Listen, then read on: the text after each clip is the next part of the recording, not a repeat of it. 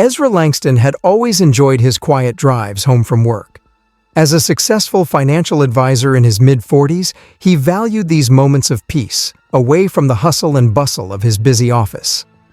The evening was calm, and the streetlights cast a gentle glow over the city. Ezra looked forward to relaxing with his family after a long day, savoring the normalcy of his routine. Tonight, however, the tranquility was abruptly interrupted. A flash of blue lights appeared in his rearview mirror, and a siren broke the stillness. Ezra's heart skipped a beat. He signaled and pulled over to the side of the road, his mind racing with questions. He had no idea why he was being stopped. Officer Derek Voss, a grizzled cop in his mid-50s with a stern expression, approached the car. His uniform was immaculate, and his demeanor was anything but friendly. Voss's reputation in the precinct was mixed. Known for his quick temper and rigid approach, he was often criticized by his peers. Tonight, he seemed particularly agitated. "Good evening, officer," Ezra said, trying to remain calm as he rolled down his window. "Is there a problem?" Voss didn't respond immediately. He glanced at Ezra with suspicion. "We received a report of a suspect fitting your description involved in a recent shoplifting incident. I need to check your identification and vehicle." Ezra was taken aback. "Shoplifting? I assure you, I have no involvement in any theft. I've been working late at the office and then heading straight home. Here's my ID and registration." As Ezra handed over his documents, he could sense the tension rising.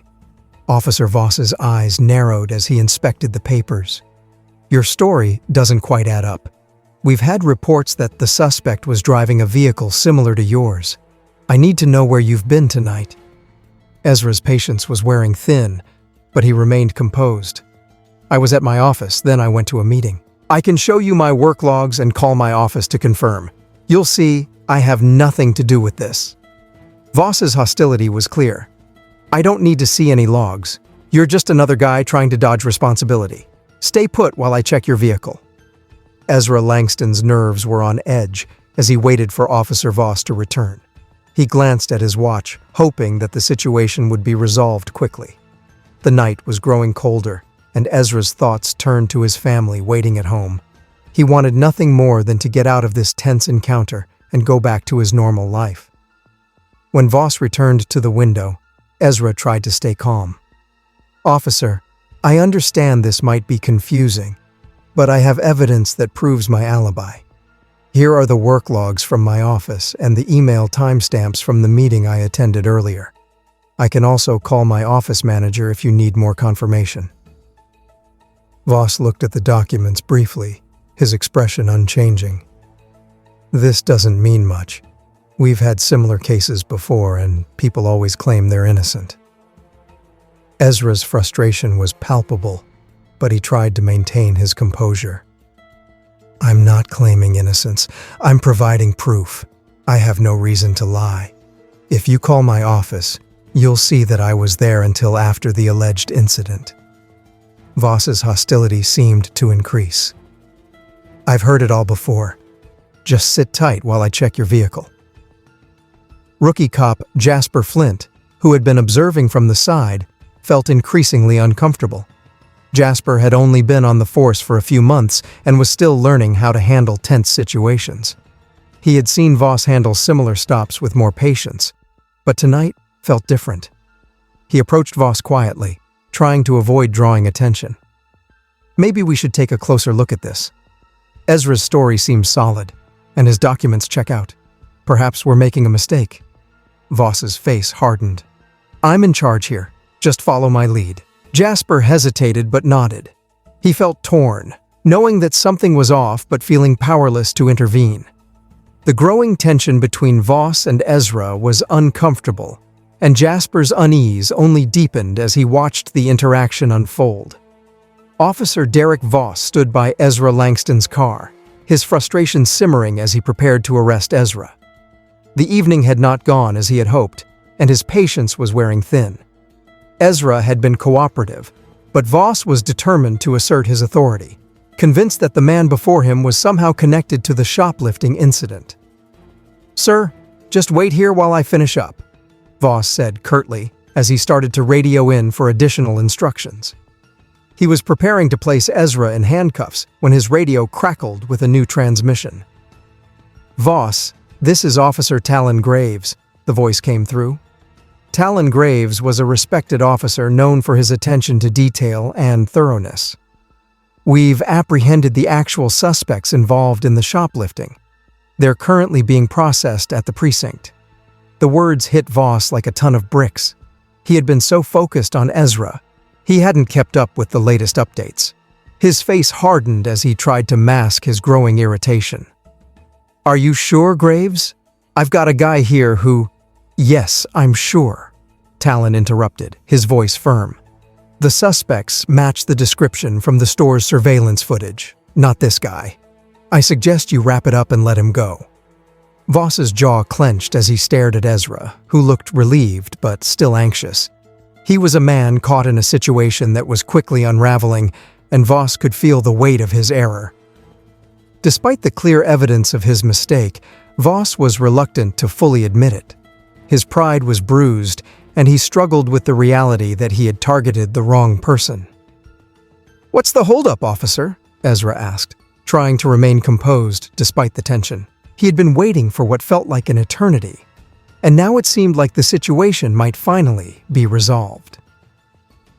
"Just a moment," Voss replied tersely as he ended the radio call. He took a deep breath, trying to regain his composure. He had to confront the uncomfortable reality of his actions. "I'll need to go through some formalities before you can leave."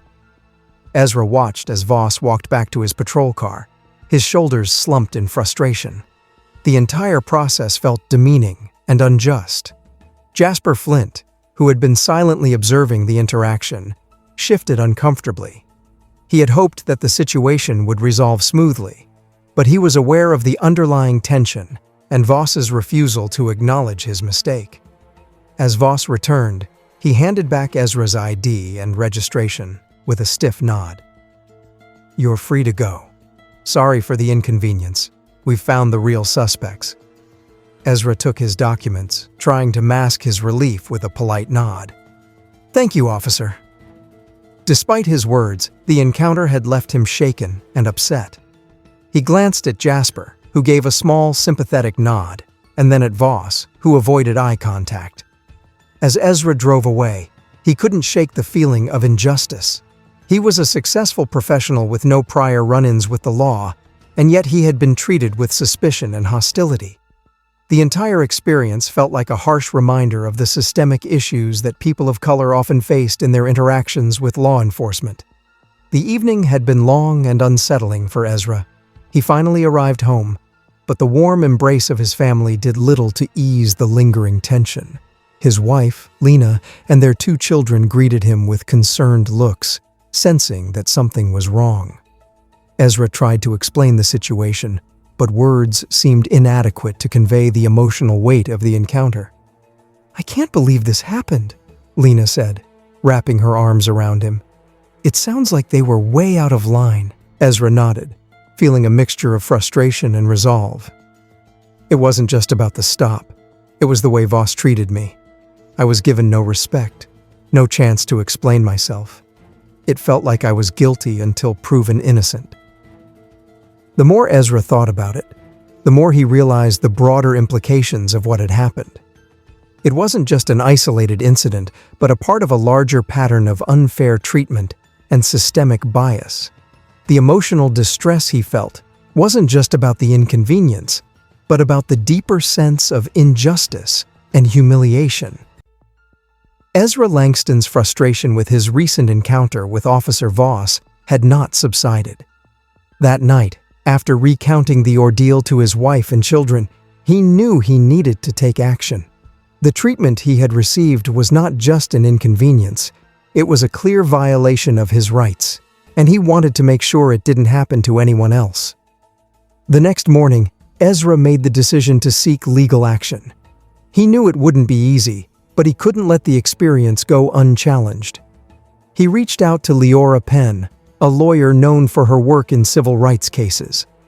Leora was highly respected in her field and had a reputation for fighting hard against police misconduct, injustices, and advocating for those who felt powerless. He picked up his phone and dialed Leora Penn number. When Leora answered, her voice was calm and professional. "Leora Penn speaking. How can I help you?"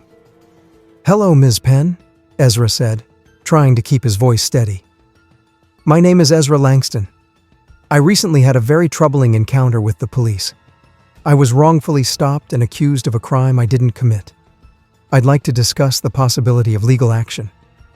Leora's interest was piqued. "I'm sorry to hear that you've had such an experience.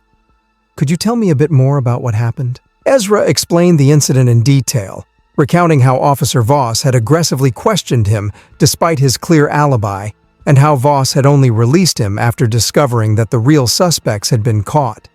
He detailed the emotional distress and the sense of injustice he felt. "I appreciate you sharing this with me, Ezra," Leora said. "It sounds like you've been through a lot. I'd be happy to help. The first step is to gather as much evidence as possible. We'll need to document everything, what happened, who was involved, and any supporting evidence you have." Over the next few weeks, Leora and her team began the process of preparing for legal action. They interviewed Ezra about the incident and collected any available evidence, including his work logs, witness statements, and the details of his interaction with Officer Voss. Leora was meticulous in her approach, determined to build a strong case. As part of the investigation, Leora also reached out to Officer Jasper Flint, who had been present during the traffic stop. Jasper was hesitant, but agreed to speak with her. Leora arranged for a meeting at her office, hoping that Flint's testimony would shed light on Voss's conduct. When Jasper arrived at Leora's office, he was nervous but willing to cooperate. "I just want to do the right thing," Jasper said. "I felt uneasy about how Voss handled the situation, but I didn't know what to do." Leora listened carefully. "Your testimony could be very important. It's crucial that we show a clear picture of what happened. Can you describe your observations during the stop?" Jasper took a deep breath and began recounting the events. "From the beginning, I noticed that Voss was unusually aggressive. Ezra was trying to cooperate and provide evidence, but Voss dismissed him outright. I was concerned that the stop was going too far." Leora nodded. "Thank you, Jasper. Your input is valuable. We'll use this information to support our case." With the evidence in hand, Leora filed a formal complaint against Officer Voss, outlining the allegations of misconduct and wrongful treatment. The complaint was submitted to the police department's Internal Affairs Division, and Leora prepared for what she knew would be a challenging legal battle. As soon as the complaint was filed, the case gained media attention. Local news outlets picked up the story, and Ezra found himself in the spotlight. While some of the coverage was supportive, others questioned whether he was exaggerating or seeking attention. Leora and Ezra faced several obstacles. The police department issued a statement defending Officer Voss, insisting that his actions were justified and that the stop was conducted according to protocol. Voss's supporters argued that Ezra was making a fuss over a routine traffic stop. Despite the resistance, Leora remained steadfast. "We need to stay focused on the facts and not let the media or public opinion distract us," she told Ezra. "The goal is to hold Voss accountable and address the broader issues of police conduct." Leora and Ezra attended numerous meetings with internal affairs investigators. The process was grueling and often frustrating. The investigators scrutinized every detail of the case, and it sometimes felt like they were more interested in finding fault with Ezra's account than in examining Voss's behavior.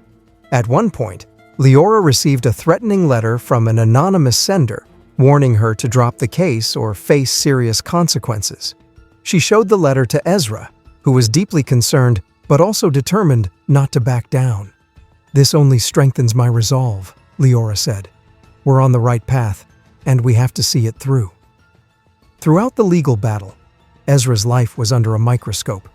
He faced questions from the media, and some people in his community began to view him as a troublemaker. Despite this, he felt a strong sense of purpose. He was fighting not just for himself, but for anyone who had been wronged by the system. Leora's team worked tirelessly, cross-referencing evidence, interviewing witnesses, and preparing for hearings. They built a compelling case showing that Voss's actions were not only inappropriate, but also indicative of a broader problem within the department. After months of legal battles, the investigation into Officer Voss's conduct reached a critical point. The evidence against him was substantial, and internal affairs found that he had indeed acted inappropriately during the stop. Voss faced disciplinary action, including a suspension and mandatory retraining on proper procedures and respect for individuals' rights. The outcome was a significant victory for Ezra and Leora. It was a clear acknowledgement of wrongdoing and a step towards accountability. However, the case also prompted broader discussions about police reform within the department. The police chief announced a review of departmental policies and procedures, emphasizing the need for improved training and oversight. The department began implementing changes aimed at preventing similar incidents in the future. While these reforms were a positive development, many, including Leora, felt that more needed to be done to address systemic issues and ensure lasting change. Ezra reflected on the entire experience with a mixture of relief and continued determination. He had faced a personal injustice and had fought for what he believed was right. The legal battle had been exhausting and stressful, but it had also brought to light important issues and led to tangible changes. As he looked back on the ordeal, Ezra felt a sense of accomplishment. The struggle had been challenging, but it had also been a powerful reminder of the importance of standing up against wrongdoing. He hoped that his actions would inspire others to advocate for justice and contribute to creating a more equitable and respectful society. What do you think about this story? Leave a comment below this video. Thanks for watching.